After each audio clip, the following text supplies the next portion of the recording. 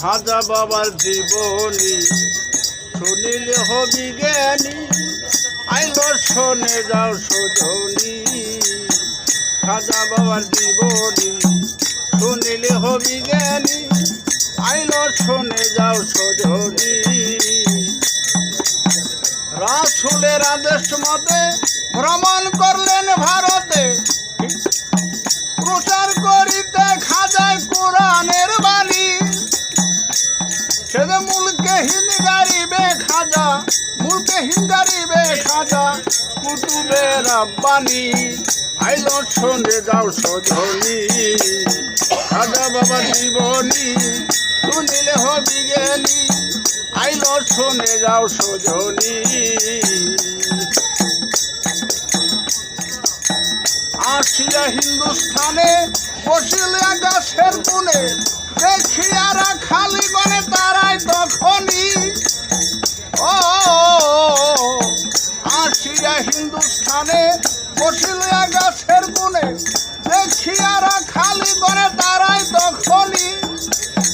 রাখাল গনের ঘোড়া যত মাটিতে শুইল, মাটিতে গুড়ার চামড়া জড়াইয়া ধরিল। কত যে বিদাইল গুড়ায় উঠাইতে না পারে, দৌড়াইয়া গেল তারা খাজা বাবার ধারে। খাজার কাছে মাপ চাহিয়া পাইল তারা ক্ষমা, খাজাই বলে উঠবে গোড়া শুনাইলেই বলে মা।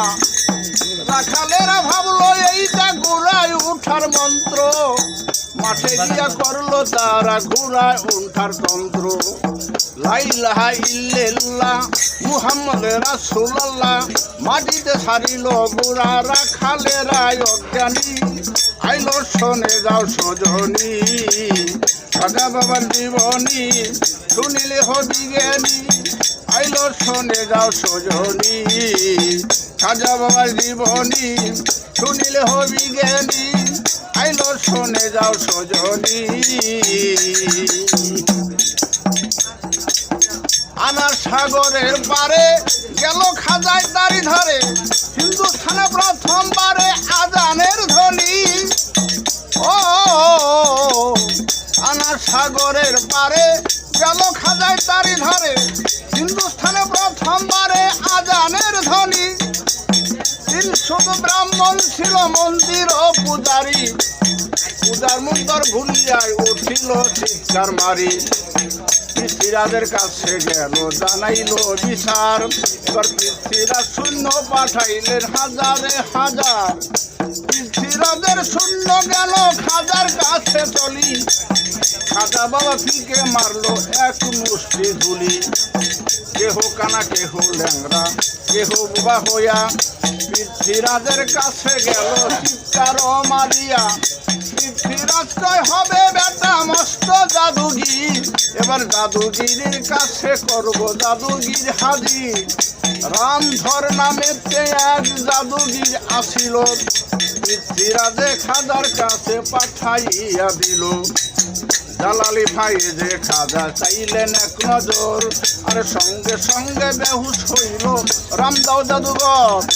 একটু পরে হুশ পাইয়া ধরে খাজার পায়, বলে আপনার ধর্ম সত্য খাজা শিক্ষা দেন আমায়।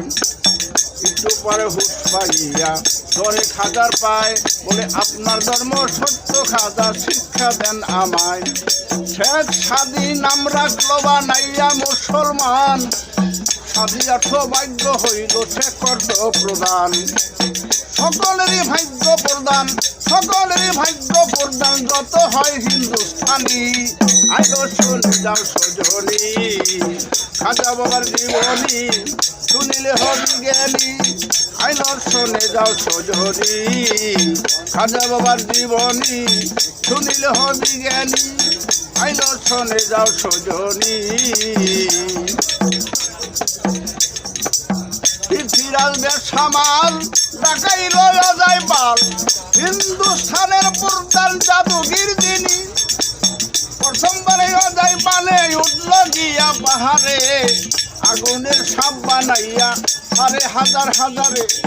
খাজা বাবার হাতের লাঠি দিল রে ছাড়িয়া, অজাগর সব শেষ করিল সেই লাঠিতে খাইয়া। তাই দেখিয়া অজয় পানের গাইবাই উঠে পান। এবার পাহাড় খাইগা ছাইরা দিল আগুনেরই বান। আগুনের বান খাজার কাছে যখন গেল চলি, খাজার চরণে পড়ল হইয়া শর্তশালী।